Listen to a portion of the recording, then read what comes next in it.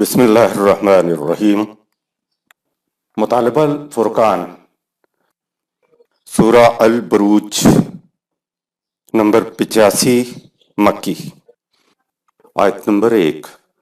قرآن مجید کی تفسیر خود قرآن مجید سے، از علامہ غلام احمد پرویز صاحب۔ اخذ و تلخیص محمد اکبر دکشت بھاردواج۔ نظر ثانی ڈاکٹر انعام الحق۔ سورہ البروج، نمبر 85، مکی۔ بسم اللہ الرحمن الرحیم۔ اے اللہ، میری تمام تر کوششوں کا مقصد ربوبیت عامہ کے لیے تیری صفات کو بانداز رحمانیت و رحیمیت معاشرے کے اندر ظہور میں لانا ہے۔ ابتدائیہ، یہ سمجھانے کے لیے کہ کائنات میں سارے کام قانون کے مطابق ہوتے ہیں، خدا مظاہر فطرت کو شواہد میں پیش کرتا ہے۔ قرآن کریم کی بنیادی تعلیم یہ ہے کہ سلسلہ کائنات میں اور خود انسانوں کی دنیا میں بھی ہر شے ایک قاعدے اور قانون کے مطابق طے ہوتی ہے۔ نہ تو یہاں کوئی شے یوں ہی الٹپ بائی چانس اتفاقیہ واقع ہوتی ہے، اور نہ ہی خدا عالم خلق میں دنیا کے آمروں جیسا ہے جن کے احکام اور اعمال کسی اصول اور ضابطے کے مطابق نہیں ہوتے۔ انسانی دنیا میں خدا کے قوانین کو کار فرما کیا جائے یا نہ کیا جائے، خدا کا قانون مکافات عمل انسان کے ہر عمل کا نتیجہ مرتب کرتا رہتا ہے۔ یہ ہے قرآن کریم کی تعلیم کی اصل بنیاد اور محور، جس کے گرد خواہ اقوام سابقہ کی داستانیں ہوں یا خارجی کائنات کے شواہد ہوں، انسان کی دنیا کے اخلاقی ضوابط ہوں یا سیاسی، معاشی، تمدنی اور معاشرتی نظام ہوں، یہ سب قانون اور ضابطے کے دائرے میں گردش کرتے رہتے ہیں۔ اس حقیقت کو سمجھانے کے لیے خدا ہمیشہ نظام کائنات کو سامنے لاتا ہے، کیونکہ نظام کائنات میں قانون کی کار فرمائی آسانی سے سمجھ میں آ جاتی ہے، لیکن حقیقت یہ ہے کہ کائناتی شواہد سائنسی تحقیق کی بدولت ہی آسانی سے ہمارے دور میں سمجھ میں آئے ہیں۔ قرآن نے یہ باتیں 6 صدی عیسوی میں کی ہیں، لیکن انسان کس طرح اپنی علمی ترقیوں، تجربات اور شواہد کے ساتھ رفتہ رفتہ بتدریج قرآنی حقائق تک پہنچتا چلا آ رہا ہے کہ یہاں قانون کی کار فرمائی ہے۔ یہاں کوئی شے بھی یوں ہی ہنگامی طور پر وجود میں نہیں آ جاتی۔ عرب صحرا نورد قوم تھی، شہروں اور بستیوں میں بہت کم آبادی تھی، اکثر آبادی خانہ بدوش تھی، جنگلوں اور ریگستانوں میں چلتے رہتے تھے۔ شدت کی گرمی کی وجہ سے وہ سفر ریگستانوں میں عموماً رات ہی کو کرتے تھے۔ وہ لوگ رات میں ستاروں کی رہنمائی سے اپنے سفر کی سمت کا تعین کرتے تھے۔ ایسا کبھی نہیں ہوتا تھا کہ وہ ستاروں کی رہنمائی سے اپنی راہ کو بھول گئے ہوں۔ رات کے سفر میں ان کے ہادیہ طریقت ستارے ہی ہوتے تھے، اس لیے ان کے متعلق وہ کہتے تھے کہ یہ کبھی دھوکہ نہیں دیتے۔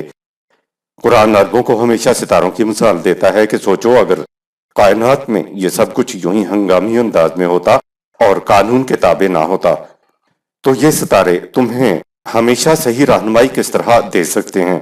یہ ایسی محکم دلیل تھی جو ان کی سمجھ میں بڑی آسانی سے آ جاتی تھی کہ ستارے قانون کی زنجیروں میں جکڑے ہوئے ہیں، تب ہی تو یہ ہمیشہ صحیح رہنمائی دیتے ہیں۔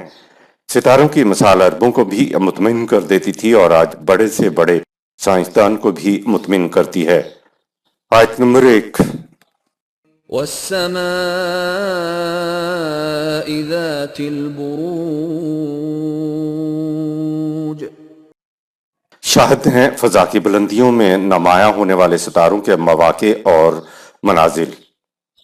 بروج کا مفہوم السماء کے معنی ہے بلندیاں، اور واو شہادت کے لیے آتا ہے، اور تیسرا لفظ ہے ذات البروج۔ بروج برج کی جمع ہے، یعنی السماء کے جو ذات البروج ہیں وہ اس حقیقت پر شاہد ہیں۔ تو سمجھتے ہیں کہ بروج کیا ہیں۔ آپ نے لوگوں کو کہتے سنا ہوگا کہ آسمان میں 12 برج ہیں۔ ہمارے ہاں جنتریوں میں آسمان کے برج دیے ہوتے ہیں کہ سورج اب فلاں برج میں داخل ہو گیا، مثلا برج زحل میں یا برج عطارد میں داخل ہو گیا ہے۔ قدیم علم الافلاک میں 12 برج گنے جاتے تھے، لیکن عرب ان برج سے واقف نہیں تھے، اس لیے یہاں جو بروج کا ذکر ہے تو وہ 12 برج نہیں ہو سکتے جو یونانیوں کے ہاں علم الافلاک میں تھے۔ عربی بڑی ہی سائنٹیفک زبان ہے۔ ہر لفظ کے مادہ روٹ میں جو بنیادی معنی ہوتے ہیں، اس مادہ سے بننے والے تمام الفاظ میں مادہ کے بنیادی معنی کی جھلک آپ کو ضرور ملے گی۔ اس کے علاوہ عربوں کے ہاں تو یہ بات بھی ہے کہ عربی کے جس مادے کے اندر جیم پے اور رے کے حروف آ جائیں تو ایسے مادوں کے معنی میں شدت اور قوت پائی جائے گی۔ 3 حروف جیم بے اور رے اگر ایک کسی بھی عربی مادے کے اندر آ جائیں تو معنی میں شدت اور قوت کا مفہوم پایا جائے گا، اور اگر عربی مادہ میں بے اور رے اکٹھے آ جائیں تو اس میں اظہار اور کسی چیز کی نمود کا مفہوم پایا جائے گا۔ اگر بے جیم اور رے تینوں اکٹھے آئیں تو لفظ میں شدت اور اظہار کے معنی پائے جائیں گے۔ لہٰذا اوپر دیے گئے عرب کے قاعدے کی روح سے برج کے معنی ہے شدت اور قوت، ابھار، نمود اور اظہار ہے۔ 6 صدی عیسوی میں ٹمٹماتے ستاروں کے متعلق جلتے چراغ سے زیادہ علم کسی کو نہیں تھا کہ یہ کیا ہیں۔ 6 صدی عیسوی میں یہ کہنا کہ ان ستاروں میں ابھار پیدا ہوا، یہ ابھری ہوئی چیزیں ہیں جن میں شدت اور قوت ہے، نبوت اور ابھار ہے، یہ بات خدا ہی کہہ سکتا تھا۔ عربوں کو قرآن نے پہلی دفعہ بتایا کہ یہ ستارے نمبر 1 ابھری ہوئی چیزیں ہیں، نمبر 2 فضا کی پنہائیوں میں تیر رہی ہیں، نمبر 3 اپنے دائروں کے اندر گردش کر رہے ہیں، اور نمبر 4 چیزیں اپنے محور کے اوپر بھی گردش کرتی ہیں کہ پہلو بدل بدل کر تمہارے سامنے آتی ہیں اور اپنے مدار پر بھی گردش کرتی ہیں، جس سے لیل و نہار بھی پیدا ہوتے ہیں۔ 6 صدی عیسوی میں زمین کی باتیں تو ایک طرف رہیں، آسمان کی باتیں کرنے والا یقیناً اپنے ماحول کا انسان تو نہیں ہو سکتا، اور یہی چیز ہے جس سے پتہ لگتا ہے کہ قرآنی علم کا سر چشمہ انسانی علم، انسانی ماحول اور اس کے تاثرات نہیں ہیں۔ اس آیت میں کہا یہ گیا ہے کہ فضا کی بلندیوں میں یہ جو ابھرے ہوئے ظاہر ہونے والے قوت اور شدت کے حامل اتنے بڑے بڑے یہ ستارے تیرتے پھر رہے ہیں، یہ ایک حقیقت پر شاہد ہیں۔ وہ کون سی حقیقت ہے جس پر شاہد ہیں؟ ایک اور اگلی آیت کی شہادت لے لی جائے تو پھر بتایا جائے گا کہ وہ کون سی حقیقت کی شہادت دے رہے ہیں۔ آیت نمبر 2۔ واليوم الموعود، اور وہ انقلاب جس کے انسانی دنیا میں آنے کا وعدہ قرآن میں بار بار مذکور ہے۔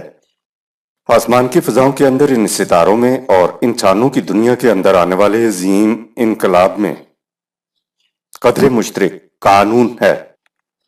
ستارے بھی خدا کے قانون کے مطابق سرگرم عمل ہیں، اور انسانی زندگی کے اندر بھی قانون کی کار فرمائی ہے۔ قانون یہ ہے کہ جب بھی اور جہاں بھی کوئی قوم یوں کرے گی تو اس کا نتیجہ یہ نکلے گا، نتیجے میں کسی قسم کا تغیر و تبدل نہیں ہوگا۔ اسی کو قانون کہتے ہیں۔ انسانی دنیا میں انسانی روشوں کا جو نتیجہ خدا نے ایک دفعہ متعین کر دیا ہے، ویسا ہی نتیجہ نکلنے کو ہی یوم موعود سورہ 85 آیت نمبر 2 کہتے ہیں، اور اسی کو خدا کی سنت بھی کہتے ہیں۔ گویا خدا نے اپنے قانون کو شہادت میں پیش کیا ہے۔ انسانی روشوں کے مطابق آنے والے انقلاب کی شہادت کے متعلق اگلی آیت میں کہا، آیت نمبر 3، وشاهد ومشهود، اور یہ رسول جو اس انقلاب کی آمد کی شہادت دیتا ہے، اور خود وہ نظام جس کے قیام و استحکام کی قرآن میں شہادت دی جاتی ہے۔ آیت نمبر 4، قتل اصحاب الاخدود، فضا کی بلندیوں، ستاروں کے مواقع اور منازل، سنت اللہ اور رسول اور نظام شہادت دیتے ہیں کہ یہ لوگ جو اس نظام کی مخالفت میں اسے مٹانے کے لیے جنگ تک کی تیاریوں میں مصروف رہتے ہیں۔ آیت نمبر 5، النار ذات الوقود، اور یہ اپنی تدبیروں کی خندقیں کھود کر ان میں فتنوں کی آگ بھڑکاتے رہتے ہیں۔ یہاں گزرے واقعات کے ذکر کی بجائے حق و باطل کی کشمکش میں سنت اللہ کا ذکر ہے۔ ہماری تفسیر میں ہے کہ خندقوں والا یمن میں یہودیوں کا بادشاہ ذو نواس تھا۔ اس نے عیسائیوں کو قتل کیا، پھر ان کو خندقوں میں جلتی آگ میں جلا دیا۔ بہرحال یہ ان کے خیالات ہیں، آپ آگے چل کر دیکھیں گے کہ یہ کسی گزرے ہوئے واقعہ کی بات نہیں ہو رہی ہے، بلکہ یہ تو ایک حقیقت ہے جو ہر دور میں سامنے آئے گی۔ یہ تو حق و باطل کی کشمکش کی بات ہو رہی ہے، یہ تو اس عظیم انقلاب کی بات ہو رہی ہے جس کے لیے محمد الرسول اللہ والذین معہ کوشاں تھے، اور مخالفین کی مفاد پرستیوں کی وجہ سے اس کشمکش نے آخر کار جنگ کی شکل اختیار کر لی تھی۔ جنگ کی محب ترین شکل یہ ہے کہ حفاظت کی خاطر خندقیں کھود کر ان میں آگ جلا دی جائے۔ کہا یہ جا رہا ہے کہ یہ مخالفین سوچ رہے ہیں کہ رسول اللہ صلی اللہ علیہ وسلم اور رفقا جس انقلاب کو لانے کے لیے کوشاں ہیں، اس کو اس طرح کی محب جنگ کے میدان میں جا کر مقابلہ کر کے ان کو ختم کر دیا جائے۔ قرآن نے کہا یہ ہے کہ کائنات میں کوئی تخریبی عمل کبھی کامیاب نہیں ہو سکتا، ہمیشہ تعمیری قوتیں کامیاب ہوتی ہیں، اور یہ ایک حقیقت ثابتہ ہے۔ یہ جو تمہارے ہاں حق و باطل کی کشمکش ہو رہی ہے، اس میں یہ قانون کار فرما ہے کہ تعمیری قوتیں تخریبی قوتوں پر غالبہ کر رہیں۔ یہ ذاتی مفاد پرستی پر مبنی سرمایہ دارانہ نظام خدا کے نظام ربوبیت عامہ کے اوپر کبھی غالب نہیں آ سکے گا، چاہے یہ خندقیں کھود کر ان میں آگ ہی کیوں نہ بھڑکا لیں، اپنے باطل پروگرام پر چاہے یہ جم کر ہی کیوں نہ بیٹھ جائیں اور کامیابی کے منتظر رہیں، لیکن آخر کار یہ باطل کے طرفدار ہی تباہ و برباد ہوں گے۔ یہ ہے وہ حقیقت جس پر شہادتیں دی گئی کہ خدا کے قانون میں غلبہ ہمیشہ حق کو حاصل ہے۔ اگلی آیت میں صاف ہو جائے گا کہ اصحاب الاخدود سورہ 85 آیت نمبر 4 کن کو کہا گیا ہے۔ آیت نمبر 6، إذ هم عليها قعود اور اپنی مخالفت کے پروگرام پر جم کر بیٹھے ہیں۔ آیت نمبر 7، وهم على ما يفعلون بالمؤمنين شهود اور جو کچھ دوسرے غیر لوگ جماعت مومنین کے خلاف کرتے ہیں، یہ مخالفین قریش اسے بھی ایک تماشا سمجھ کر دیکھتے رہتے ہیں۔ مخالفین کی یہ حرکتیں ہمارے قانون کے خلاف ہیں، اس لیے یہ اس امر کی شہادت ہے کہ مخالفین بالآخر تباہ ہو کر رہیں گے۔ آیت نمبر 8، وما نقموا منهم إلا أن يؤمنوا بالله العزيز الحميد یہ لوگ جماعت مومنین کی مخالفت محض اس لیے کرتے ہیں کہ یہ خدائے الحمید والعزیز پر ایمان کیوں لے آئے ہیں۔ سورہ 5 آیت 59، سورہ 22 آیت نمبر 40۔ خدا اپنی صفات کو موضوع اور عنوان کے اعتبار سے لاتا ہے، اور یہ بڑی ہی قابل غور چیز ہے۔ یہاں العزیز اور الحمید خدا کی صفات آئی ہیں، کیونکہ اگلی آیت میں کائنات میں خدا ہی کے قانون کی کار فرمائی کا ذکر ہے۔ العزیز کے معنی ہے غلبے اور قوت کا مالک۔ غلبہ اور قوت تو چنگیز اور ہلاکو کے پاس بھی ہوتا ہے، لیکن خدا صرف عزیز ہی نہیں ہے بلکہ وہ عزیز کے ساتھ الحمید بھی ہے، اور یہی دونوں خصوصیات نظام خداوندی میں بھی ہونا چاہیے۔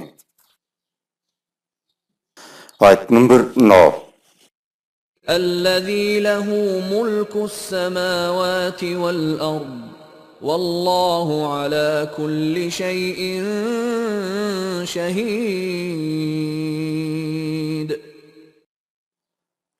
خدائے حمید و عزیز پر ایمان سے مراد اس خدا پہ ایمان کے کائنات کے پستیوں اور بلندیوں میں سب اقتدار و اختیار اسی کا ہے، اور ہر شے اسی کی نگرانی کے اندر ہے۔ کبریائی اقتدار، ساورنٹی، جو اقتدار اعلیٰ کہلاتا ہے، اسی کا نام دراصل قانون کی کار فرمائی ہے۔ کائنات میں خدا ہی کا قانون کار فرما ہے۔ آپ نے دیکھا کہ جو بات ذات البروج سورہ 85 آیت نمبر 1 سے شروع ہوئی تھی، اس کے متعلق کہا کہ خدا ہر شے کو اپنی نگاہ میں رکھنے والا ہے، کوئی شے اس کی نگاہوں سے اوجل نہیں، اور ساری کائنات کی پستیوں اور بلندیوں میں اسی کا قانون کار فرما ہے، اور اقتدار اعلیٰ اسی کے قانون کا ہے۔ اس قدر قوت و اقتدار کا مالک خدا کہہ رہا ہے کہ مخالفین بالآخر ہلاک ہو جائیں گے۔ آیت نمبر 10، إن الذين فتنوا المؤمنين والمؤمنات ثم لم يتوبوا فلهم عذاب جهنم ولهم عذاب الحريق۔ ان سے کہہ دو کہ جو لوگ مومن مردوں اور عورتوں کو ایذا دیتے ہیں اور اپنی اس روش سے باز نہیں آتے تو ان کے لیے جہنم کا عذاب ہے جو ان کا سب کچھ جلا کر راکھ کر دے گا۔ حق پرستوں کے ہاتھوں ٹکراؤ میں مخالفین کی تباہی ہو تو اس میں مخالفین کے لیے عبرت ہے۔ ایک تباہی کا عذاب تو وہ ہے جو طبعی قانون کے مطابق آتا ہے، مثلاً زلزلہ یا سیلاب۔ اگر باطل کے مقابلے میں حق کی حامل کوئی ایسی جماعت موجود نہ ہو جو تعمیری نظام قائم کرنا چاہتی ہے تو طبعی قانون کے تحت باطل پرستوں کی تباہی کا کوئی فائدہ نہیں ہوگا، کیونکہ اس میں مخالفین کے لیے کوئی عبرت نہیں ہے اور اس میں منفی کے علاوہ مثبت کچھ نہیں ہے۔ لیکن اگر ان کے مقابلے میں کوئی ایسی جماعت ہے جو مثبت اور تعمیری نظام قائم کرنے کے لیے اٹھی ہے تو حق کے علم برداروں کے ہاتھوں ٹکراؤ میں باطل قوتوں کی تباہی حق پرستوں کے حق میں کامیابی اور کامرانی کا باعث بن جاتی ہے۔ یہ مثبت پہلو ہے اور اس میں مخالفین کے لیے عبرت بھی ہے۔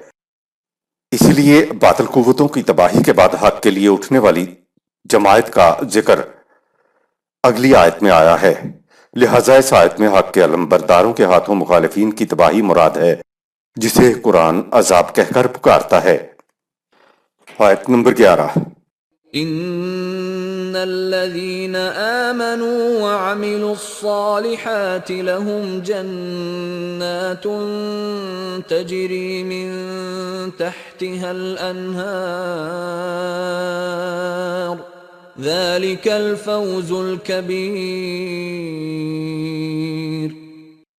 مخالفین کے برعکس جو لوگ قوانین خداوندی کی صداقت پر ایمان لا کر ان کے مطابق صلاحیت بخش کام کرتے ہیں تو ان کے لیے دنیا و آخرت میں اس جنت کی زندگی ہے جس کی تازگی اور شادابی میں کبھی کمی نہیں آئے گی۔ اعمال کے بدلے میں ایسی جنت کی زندگی کا مل جانا یہ بہت بڑی کامیابی و کامرانی ہے۔ ذالک الفوز الکبیر، یہ بہت بڑا حصول، اچیومنٹ ہے، یعنی انسانی زندگی کا آگے بڑھنا فوز الکبیر ہے۔ الکبیر لفظ بتا رہا ہے کہ ایمان اور عمل صالح والے افراد کے اندر کبریائی کی صفت خداوندی بحد بشریت پیدا ہو جاتی ہے۔ کبیر کا لفظ عربی زبان میں جس وزن کے اوپر ہے اس میں یہ ہے کہ ہنگامی طور پر ایسا نہ ہو بلکہ زندگی کا آگے بڑھنا اور بلند ہونا متواتر اور التزاماً ہوتا چلا جائے۔ آیت نمبر 12۔ ان بطش ربک لشدید۔ اے مخالفو مت بھولو کہ خدا کے قانون مکافات کی گرفت بڑی سخت ہوتی ہے۔ غور کریں، وہی خدا جو رحیم اور رحمان اور رؤوف ہے، الغفور اور الودود ہے، اس کے لیے بطش رب کا لا شدید آیا ہے۔ یہ یاد رہے کہ خدا کی صفات نہایت متوازن ہیں، جہاں پکڑ کی ضرورت ہوتی ہے صرف وہاں سخت گرفت ہوتی ہے۔ آیت نمبر 13۔ انه هو يبدئ ويعيد۔ وہ خدا ہر شے کی پیدائش کا ایک پسترین نقطہ سے آغاز کرتا ہے اور پھر مختلف ارتقائی مراحل میں سے گزار کر شے کو نقطہ تکمیل تک پہنچا دیتا ہے۔ خدا کو ثابت نہیں کیا جا سکتا، اسے فرض کرنا پڑتا ہے۔ اس آیت میں دو لفظ ہیں، یبدیو اور یعیدو۔ یبدیو کے معنی ہے ابتدا کرنا۔ سوال یہ ہے کہ جب کچھ نہیں تھا تو یہ کائنات کیسے عدم سے وجود میں آ گئی؟ یہ وہ نقطہ ہے جس نے انسان کو ورطۂ حیرت میں ڈال رکھا ہے۔ اس سوال کے جواب میں پہلا انسان حیرت کے جس مقام پہ تھا اسی مقام پہ آج کا انسان بھی ہے، اور آخری انسان بھی حیرت ہی کے مقام پہ ہوگا کہ کائنات کی ابتدا کہاں سے ہو گئی، یہ سلسلہ کائنات کیسے وجود میں آ گیا۔ دہریوں نے کہہ دیا کہ کسی نہ کسی طرح یہ سلسلہ کائنات وجود میں آ گیا۔ خدا پہ ایمان والوں نے کہہ دیا کہ خدا اس کو عدم سے وجود میں لے آیا۔ پھر سوال پیدا ہوتا ہے کہ خدا کہاں سے آ گیا؟ یہ مقام عقل کے بس کی بات نہیں ہے، کیونکہ عقل انسانی محدود ہے اور خدا لامحدود ہے، اور لامحدود محدود میں نہیں سما سکتا۔ خدا کو ماننے والے دہریوں سے پوچھتے ہیں کہ تم کہتے ہو کہ کائنات از خود وجود میں آ گئی ہے، تو بتاؤ کائنات از خود کیسے وجود میں آ گئی ہے؟ اس کا تو ضرور کوئی خالق ہوگا جس نے کائنات کو پیدا کیا ہے۔ اس دلیل سے خدا کو ماننے والے سمجھتے ہیں کہ ہم خالق تک پہنچ گئے ہیں اور دہریوں کو شکست دے دی ہے۔